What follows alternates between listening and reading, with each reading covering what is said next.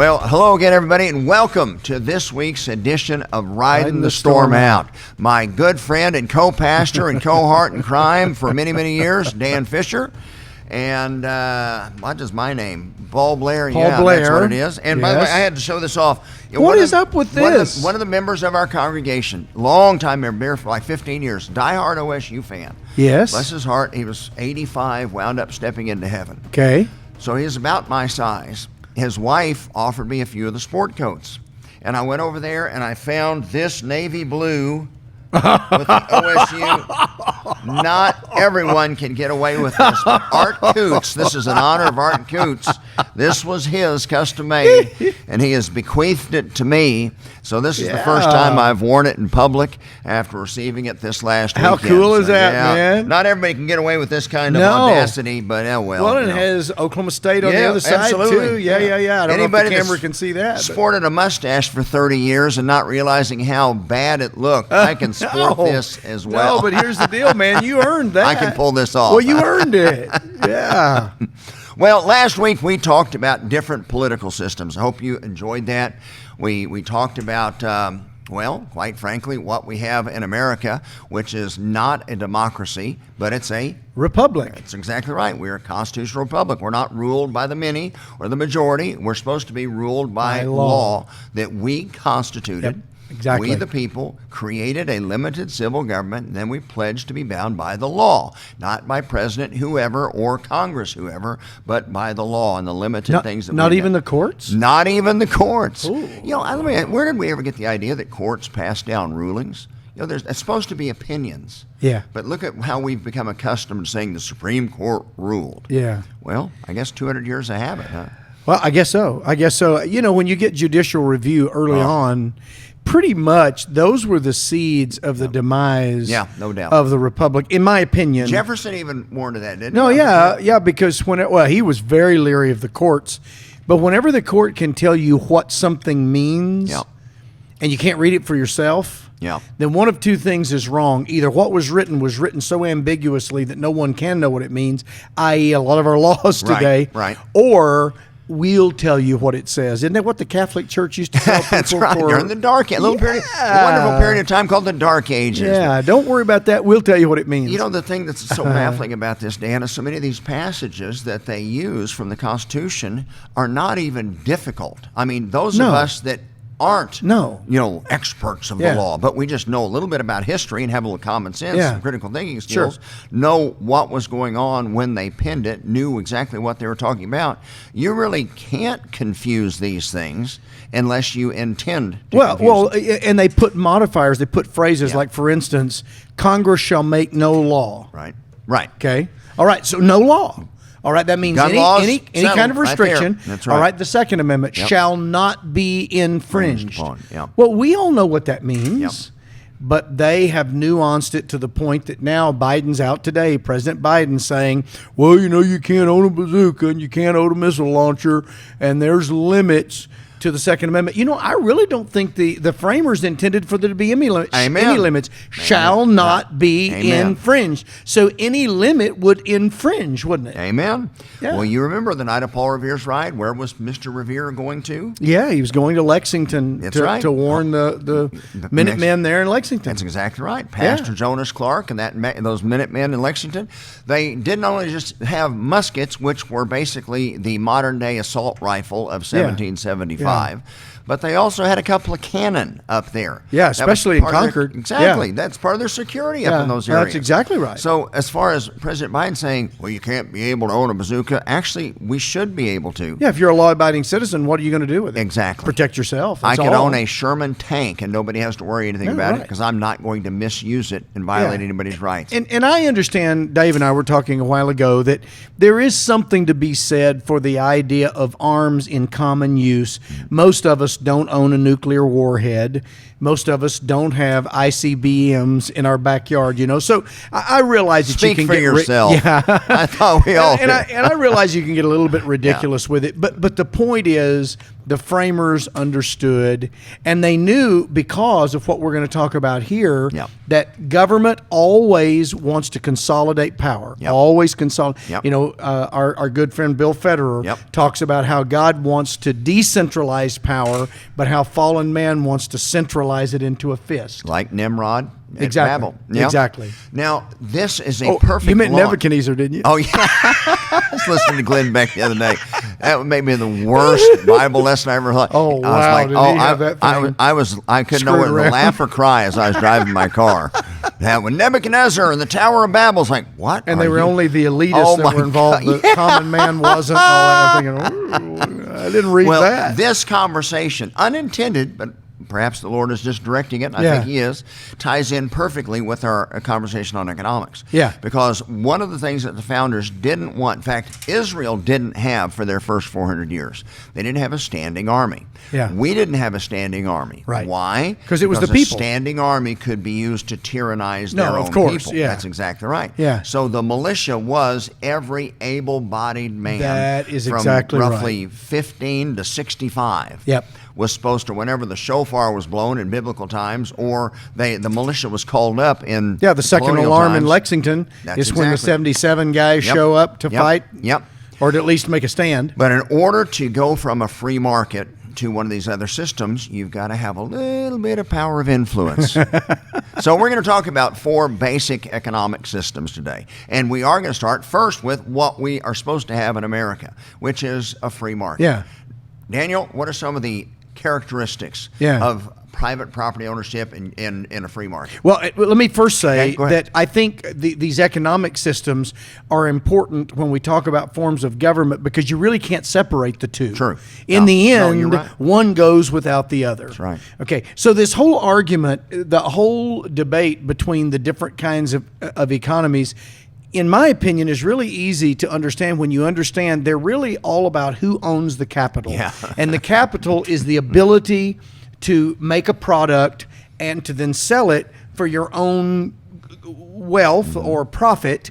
And so your capital is your means of production. So a farmer, his capital is a plow horse back in the old days, and a plow today, it's a tractor and a disc and all this kind of stuff. So in a free market, basically the government stays out of the economy, doesn't manipulate it and put its finger on the scales to tip things, because it has all of this power like you're talking about, and literally is regulated by the free enterprise of individuals who operate legally. We have laws to keep bad guys from doing illegal things, but the individual people own the capital, and then they decide how they're going to use it.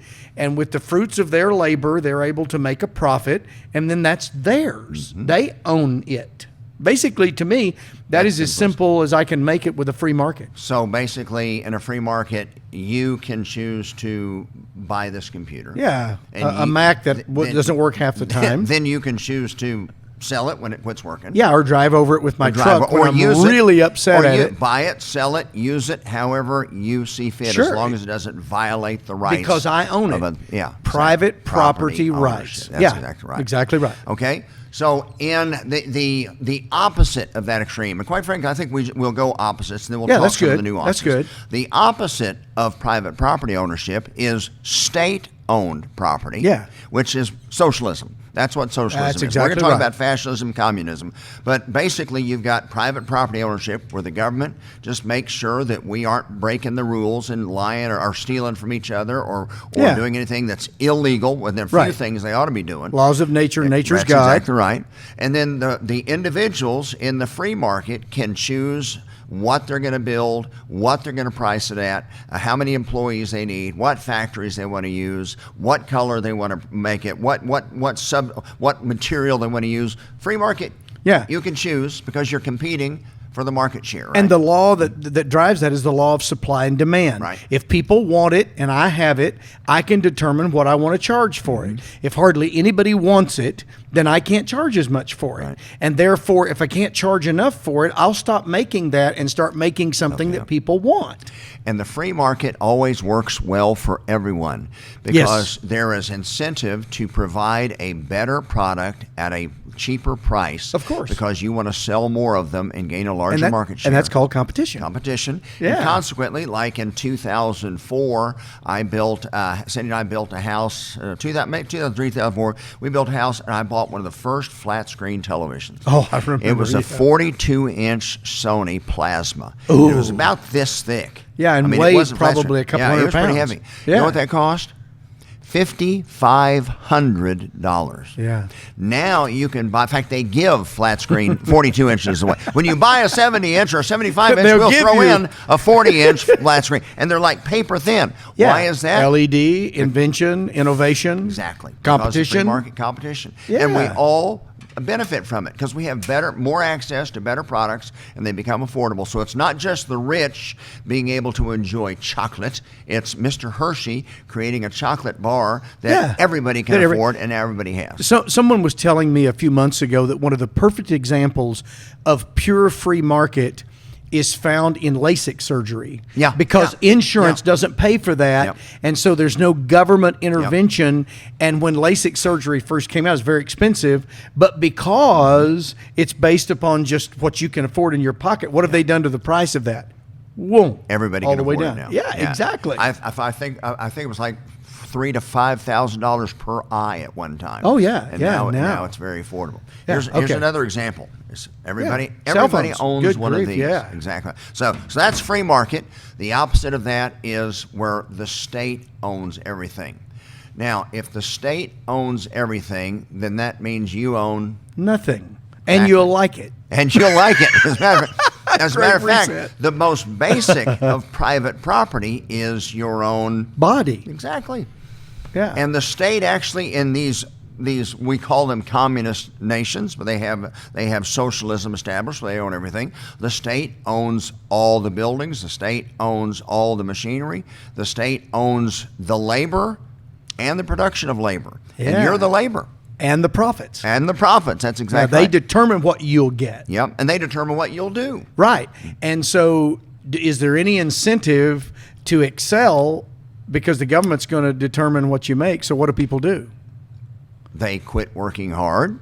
Shoddy work, laziness. Yep, That's there's exactly no reward. right. Why work long hours? Why excel when you cannot be rewarded for your labor? You make the same as the guy who doesn't do anything. Why go to medical school and spend all those many years studying when you could just get a basic education in women's studies and earn the same living? No reason to sacrifice. So when we were discussing before we started the podcast here, you were talking about the Pilgrims and how they experimented with this whole concept. And by the way, let me also say something that we were talking about. You know, we often talk about communism. Well, communism is where we understand communal living, the idea that everybody owns everything. Well, that never happens. Right. It always stops at socialism. The government says, well, you give it all to us, then we'll give it to everybody. But they never give it to anybody. They hold on to it. Once they're in power. That's right. In fact, they even call it the dictatorship of the proletariat. And of course, the proletariat's working people. Right. Oh, wait a second. So, don't worry about the dictator. He's your dictator. Oh, wonderful. I feel much better now. So there really isn't any communism. So when we call an economy like in Cuba or Russia communist, it's really socialist, right? Right. And pure socialism. The state owns everything. That's right. Now, so tell the story of the Pilgrims, because you're really good at this, and it's a really great example. Well, of course, the Pilgrims were flat broke, and they weren't just all separatists. There were some actually members of the Church of England, because some wanted to go to the New World for new opportunities, a new start, and of course you had Bradford and that group that was spiritually motivated for much of what they did. That we call the Pilgrims. Pilgrims, that's right. But they put together a company is really what it was. It was an investment in the New World. Of course, the Pilgrims, as the separatists, were pure of heart. They wanted to come over here and really create a new society, civil and religious liberty, reach the Indians with the gospel. Sure. But they had to have investors. So they couldn't afford to rent the ship. They couldn't afford all the product they would need for that first year. So it was an investment situation. And their investors required that they build a storehouse and they hold all things in common until the debt was paid off. Well, those first couple of years, when they discovered, in fact, in Bradford's own writings, which is recorded in Plymouth Plantation. Now, Bradford. Tell everybody who this is. William Bradford was actually a young man when the separatist movement in Scrooby, England, got started, and he grew. He was actually under the tutoring of James, Pastor James, John Robinson. John Robinson. Thank you. No one can remember it. And Elder Brewster, Deacon Brewster, and all these. But of course he grew and wound up after John Carver, who was the first governor, died. Bradford, early on that first year. Carver died that first year. Then Bradford was voted governor, and he was governor for a better part of the next 40 years. Oh, yeah. So he was a trusted leader and a man of God, devout. Yeah. But he records in his historical account of their time there, which is called Of Plymouth Plantation, that they attempted to enforce those instructions, that they were to live in a commune and have a storehouse.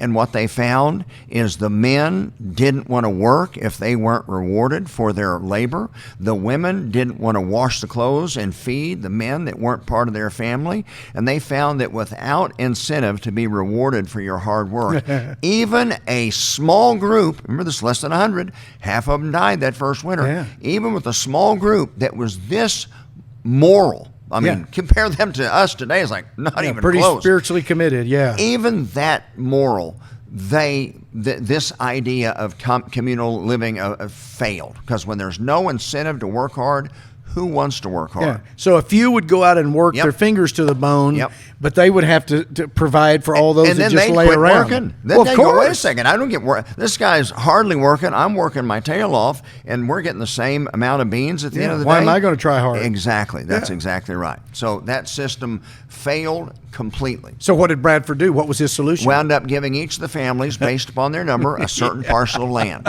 And they did do some work. There was a hybrid that first of course. They did some work to try, because they were honorable men. They wanted to pay back that debt, and they did.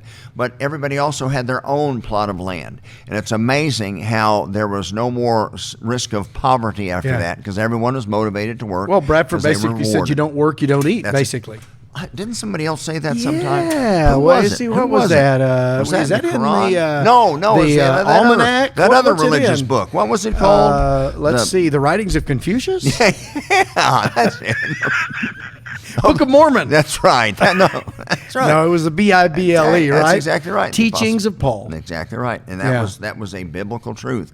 If a man can't work because he's injured, well, that's different. Where charity kicks in. Well, of course, that's different. But if a person just refuses to work, that's where Paul laziness kicks in. Well, you know what? If I work hard and feed a guy that refuses to work, that's called stealing. Of course it is. If I choose to give it to him because he's unable, that's charity. But if he just is taking from my work because he refuses to work, that's stealing. Well, and that's why Paul said, if you don't provide for your own house, it's like you've denied the faith and become worse than an infidel, because you'd steal from somebody else's hard work, so you're a thief. Right. That's exactly right. So how could you be a Christian if you're a thief? Now we're going to segue over to what we are here in America. Okay, sorry. No, we're doing great, but we can talk about this for an hour. Well, it probably should. But go ahead. But the big contrast is this: you got the free market where everybody owns their own stuff, and then you got this desire for the state to own everything. Well, the people that own their own stuff, and maybe that's been in their family for 100 years, they don't want to just give it away. So that's why you have to have a strong police force, a state police force, to encourage you to give your farm to the state when you don't want to. And if you refuse, you might find a bullet in the back of the head. Oh. And then when you are going to the coal mines and you are supposed to work 60, 80 hours a week and you don't get paid well for your labor, you don't have motivation to go to the office. Well, that's also where the state police comes in, to give you that little incentive at the point of a bayonet to make sure you get out of bed, go to work, and supposedly work hard. One of the famous quotes from a missionary, actually a pastor, Pastor Nelson, when I was in Denver just after the wall fell, he came back and shared a story with the church and said there was an old saying over in Russia that the Russian people said, we pretended to work and they pretended to pay us. that's what it is. So you've got, and as you said, Dan, supposedly, Marx had this idea, whether he really believed it or not, I don't know. But, communism is just communal living where everybody owns everything in common. Nobody owns anything. Everybody works as hard as they can to contribute to the greater good, and then you just use what you need. Well, that never works. Well, the early church in the book of Acts found they couldn't even do that within the church. Even within the church, that's exactly right. It wouldn't work. And then the Pilgrims, of course, found that out. That was the best case study. 16 centuries later. So you've got the socialism, which is state-owned everything, which is in between, but it's amazing that the state that takes the property away, they never go on to communal living. It's always owned by the state, so that's where it's never give it back. North Korea, Cuba, Russia, China, that's where it's at. Now, there's what we are here in America. That's where that's what we're supposed to be. Well, no, we're supposed to be the free market. You're right. So, but we've become something in the middle. So what is that? That's called fascism. Now, what is fascism? Fascism is where you think. This needs to be part 2. So let's wrap this up and keep on going. Don't ever talk to us. So you want me to land this plane? Yeah, let's land it. All right. This needs to continue for a second. All right. So explain what fascism is, and then we'll begin with that in the next one. No. You're going to have to tune into the next episode if you want to find out what fascism is. Well, okay, and if you don't turn in, then he'll know, and I'll know, and you won't know. I'm not talking to him anymore, Dan. You say goodbye. It's been really great to be with you today, and we're going to hold this secret until next time. So if you want to know what fascism is, you need to tune in next week to Ridin the Storm Out. And we'll share with you about fascism and how that is really making a difference in America today in a very bad way, right? Yeah, absolutely. Yeah. Okay. Thanks for joining us, guys.